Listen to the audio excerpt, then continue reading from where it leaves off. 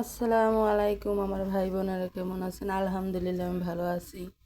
এই যে আমি সকাল সকাল আটা ছানতে আছি, রুটি বানাবো।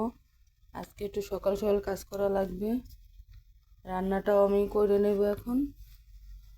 আপনাদের ভাইয়া আমার ছেলে একটু এক জায়গায় যাবে, তাদের একটু ইমার্জেন্সি কাজ আছে, তাই সকাল সকালই রান্না বাড়া শেষ করে নিব। এই যে কালকে রাত্রে তরকারি কুটেছিলাম, এখানে ভাজি করব।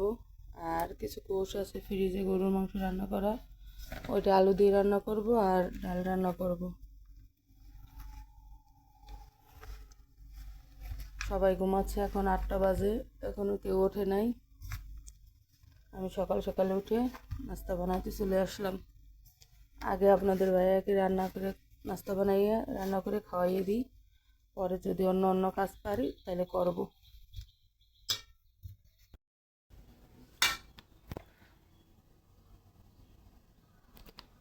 এই যে টিনের বৃষ্টির মতন টিনের চালের পানি পড়তে আছে শিশিরের, ওই যে এইখান দিয়ে টিন গেছে ভিজিয়া, একদম শিশিরের পানি টপটপ ইয়ে পড়তে আছে, টেবিল টেবিল সব ভরে গেছে।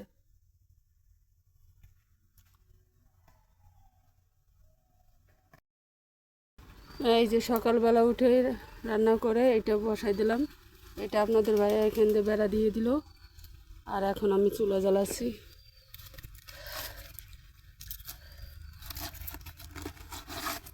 এই চুলা জ্বালাই নিলাম, এখন চুলাতে রান্না করব।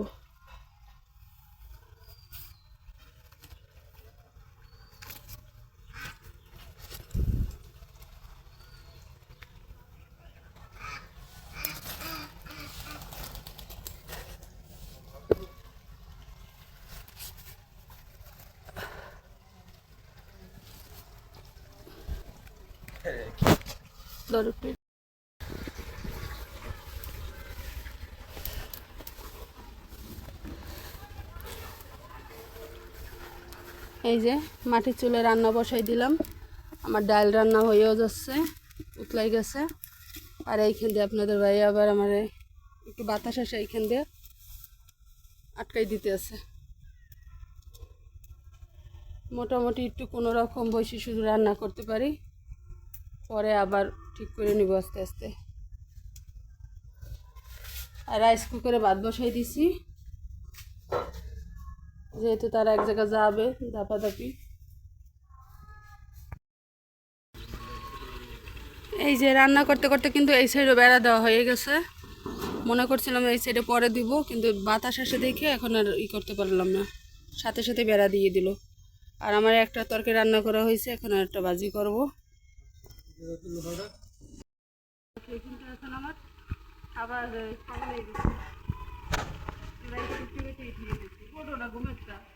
চাকরি তারপরে ওটো নাস্তা দিই, এই কাঁচা শোনা সাথে সাথে রুটি বানাইয়ে খেতে।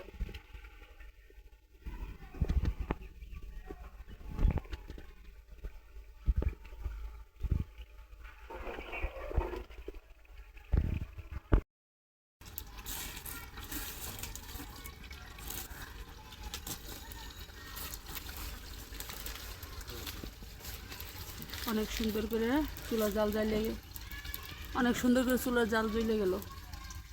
একটু গরম হইতে সময় লাগবে আস্তে আস্তে, পরে আবার